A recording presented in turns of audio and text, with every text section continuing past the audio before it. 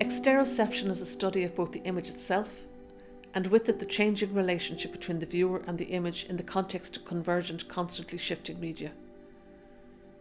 One's relationship to the image, the self-image, and the democratization of that image has shifted in the technological world, and my series attempts to inquire into both the nature of those changes and the new limitations of the image itself in this new context. My first piece, entitled Image, is a representation of hundreds of advertisements and billboards in Beijing. Each one an image in and of itself, designed and paid for, an image created with a specific purpose that remains inaccessible to us. This photograph was then cut up and reshaped, so as to alter this image of images and immediately force the viewer into an active participation with the image itself.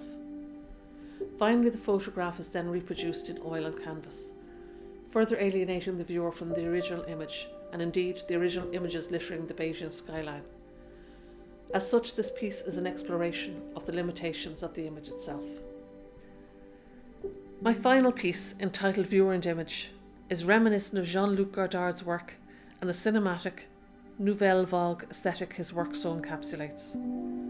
It was said of the work of the French New Wave artists that whenever a character is placed before a window, there is a subtextual discussion of freedom at play, and far more so, one might extrapolate, if the window is a false image. In my final piece, an isolated, nude male is contrasted both in content and in style with two windows, one of which makes sense within the diegesis of the work, and the other which is an image anachronistically placed into the world of the piece, providing a false liberation to the alienated subject. My research asks how you represent the tension between being and not being, or even space filled with absence. The aim is to create images within images in an attempt to challenge the nature of representation outside the constraints of its self-identified associations.